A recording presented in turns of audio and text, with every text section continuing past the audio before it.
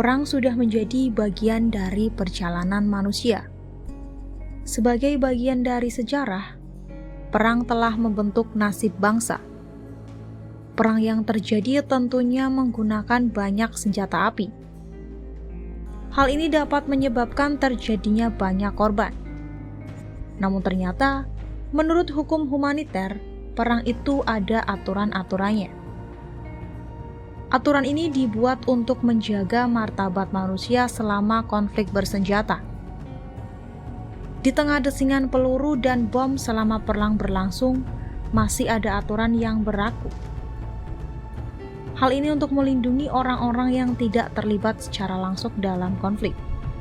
Contohnya seperti warga sipil, anak-anak, perempuan, dan orang-orang yang sedang sakit atau terluka. Tujuannya sederhana, yakni untuk mengurangi penderitaan manusia. Juga untuk memastikan martabat manusia tetap dijaga bahkan di tengah konflik yang penuh kekerasan. Jadi intinya, hukum humaniter perang itu tentang ngasih perlindungan dan menghormati martabat manusia walaupun di tengah-tengah kekacauan perang. Nah, dalam perang itu ada aturan-aturan yang masih berlaku. Apa saja aturan-aturan yang berlaku pada saat terjadi konflik bersenjata?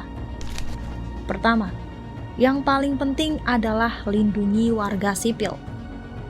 Warga sipil yang tidak terlibat dalam konflik tidak boleh diserang. Mereka harus dilindungi dan dihormati dalam semua situasi. Karena mereka tidak terlibat dalam konflik secara langsung dan seringkali tidak memiliki kemampuan untuk mempertahankan diri. Yang kedua adalah anak-anak.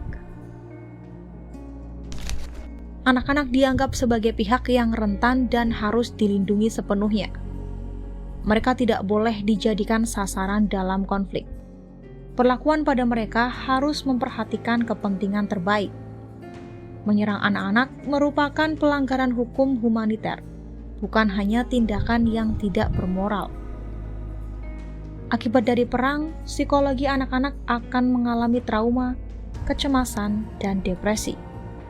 Selain itu, akan berdampak pada kehilangan nyawa dan potensi untuk masa depan suatu bangsa akan hilang.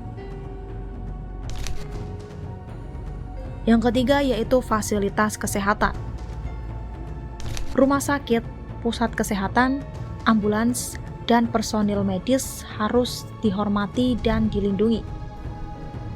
Serangan terhadap fasilitas kesehatan merupakan pelanggaran hukum perang internasional.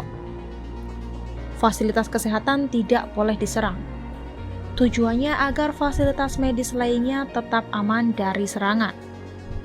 Juga memastikan bahwa orang yang terluka atau sakit tetap memiliki akses perawatan. Keempat, ada bangunan suci dan budaya. Tempat-tempat ibadah, situs bersejarah, dan bangunan budaya yang tidak memiliki nilai militer tidak boleh diserang. Kelima, ada media dan pers. Media dan pers memiliki peran penting dalam memberikan informasi kepada masyarakat, memantau situasi, dan melaporkan transparansi kejadian saat perang. Oleh karena itu, serangan terhadap media dan pers saat perang dianggap sebagai pelanggaran serius terhadap kebebasan berekspresi dan hukum humaniter internasional. Keenam, fasilitas sipil penting. Fasilitas-fasilitas sipil penting seperti air minum, pembangkit listrik, dan fasilitas penting lainnya tidak boleh diserang, kecuali jika digunakan untuk kepentingan militer oleh musuh. Ketujuh, pasukan kapitulasi atau yang menyerah. Pasukan yang menyerah harus dihormati dan tidak boleh diserang. Perlakuan manusiawi harus diberikan kepada mereka sesuai dengan hukum perang internasional. Kedelapan, lingkungan hidup. Pencemaran lingkungan yang tidak dapat dihindari harus diminimalisir. Penggunaan senjata yang menyebabkan kerusakan lingkungan secara tidak proporsional harus dihindari.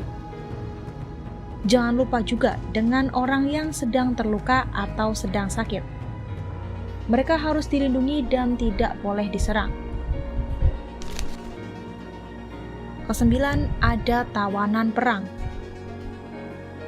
Tawanan perang harus diperlakukan dengan manusiawi dan tidak boleh disiksa. Dengan memahami dan menghormati hukum humaniter, kita semua dapat berkontribusi dalam menjaga martabat manusia dan mengurangi penderitaan di tengah situasi konflik. Namun, yang menjadi tantangan adalah bagaimana aturan ini dijalankan di tengah situasi konflik yang kompleks. Setidaknya ada komitmen internasional untuk melindungi orang-orang yang paling rentan, meskipun situasinya rumit. Intinya, dalam situasi perang, prajurit harus tetap menghormati dan melindungi kelompok di atas. Mereka tidak terlibat secara langsung dalam konflik, dan agar penderitaan yang terjadi tidak semakin membesar.